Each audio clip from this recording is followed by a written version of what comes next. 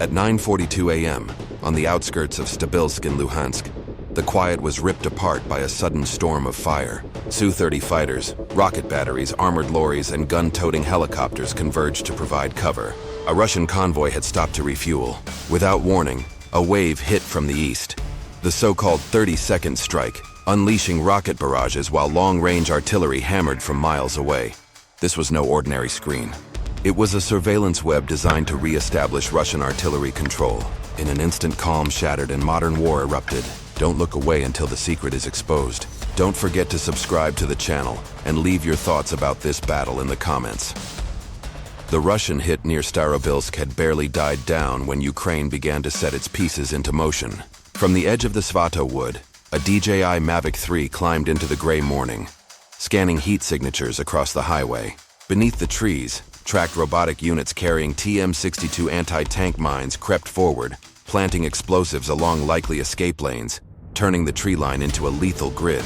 Every action was measured. Every mine was a trap to box the convoy in once shooting began. Further back, an electronic warfare vehicle raised its mast and flooded the air with jamming. Within moments, Russian radios spat static. Their radar screens dimmed. The battlefield had been blinded and deafened.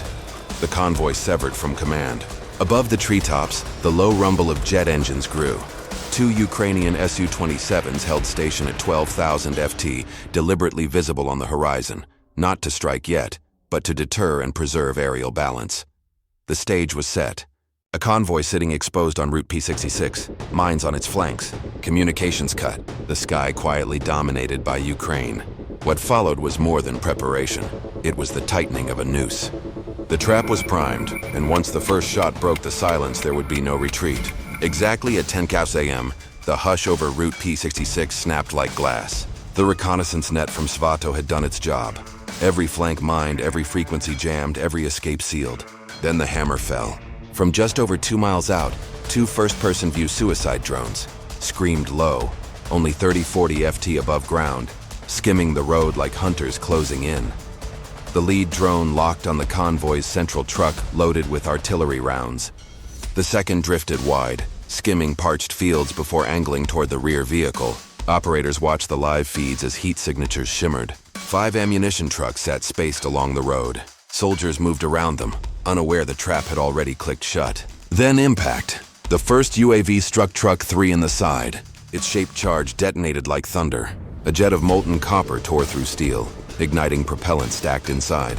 In an instant, the convoy's heart became a furnace, flames licking skyward, black smoke rising hundreds of feet. Soldiers panicked. Their rifles spat into the air, but 7.62 rounds were useless against fast-flying machines. Before they could regroup, the second UAV hit the last truck, sealing the column from behind. A second fireball rose and joined the first, trapping the remaining vehicles between two infernos. Flames raced down the line like a fuse. Within a minute, Route P66 was a corridor of fire. The supply line was no longer a lifeline. It was a burning target. For Ukraine, this was only the opening act. While twin fireballs still climbed over Route P66, Russia scrambled. Rotor blades thumped across the smoke-filled skyline as two Mi-24 Hinds, stub wings heavy with rocket pods and guns, raced toward the burning column.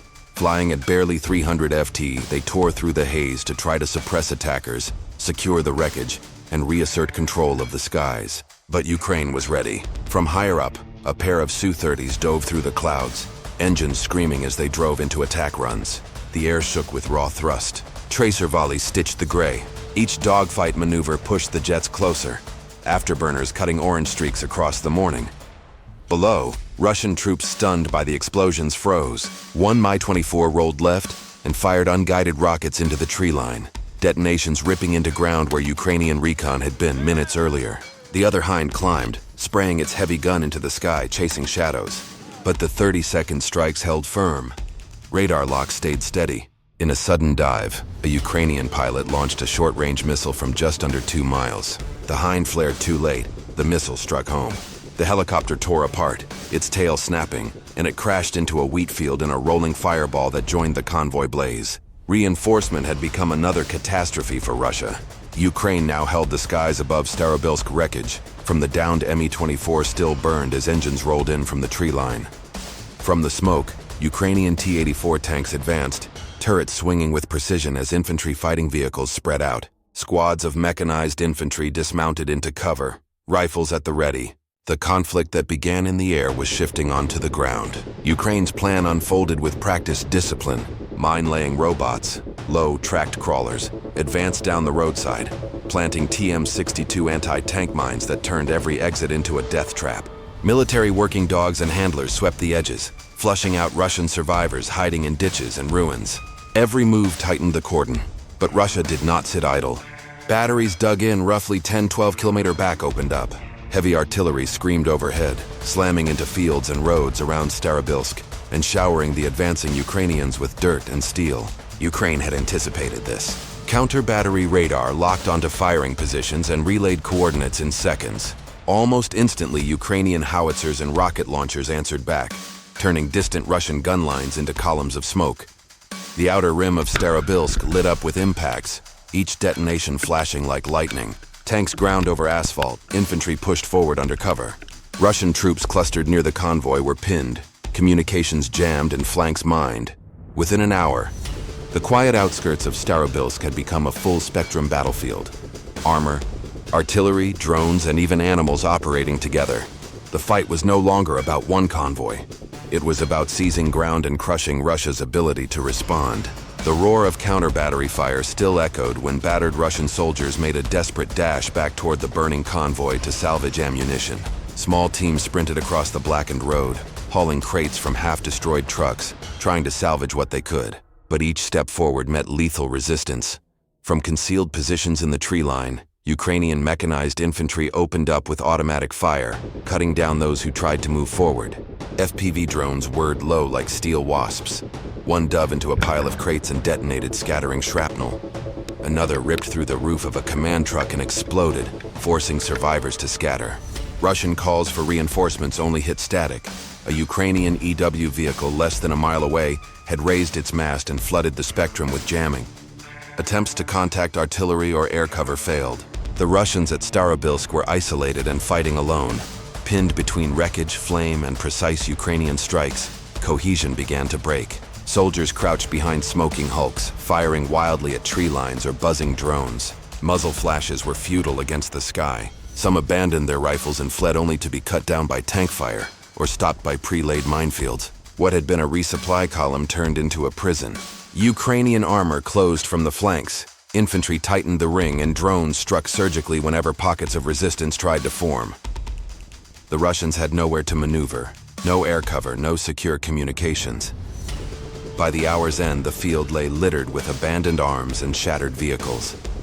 Small groups of wounded or stunned Russian soldiers slipped away in twos and threes, leaving the mission and their dead behind. Ukraine had not only destroyed the ammunition trucks, but fractured the rear line Russia relied on to sustain operations.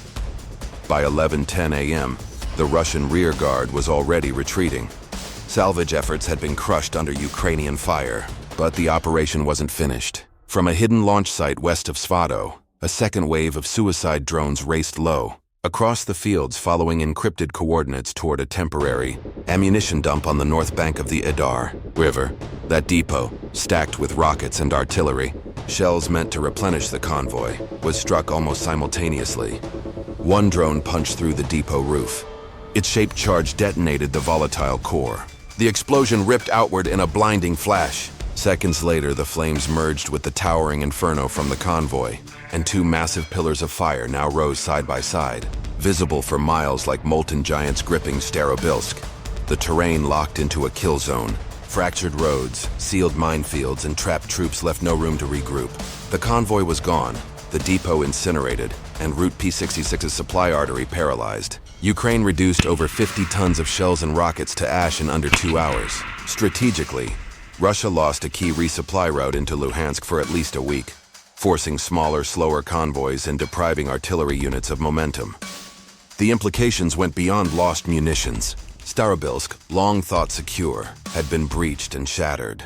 If this hub could be penetrated, what rear area could Moscow still call safe? Yet amid the devastation, Ukraine left a corridor for wounded Russians to withdraw, underscoring the strike-targeted war-fighting capacity, not civilians.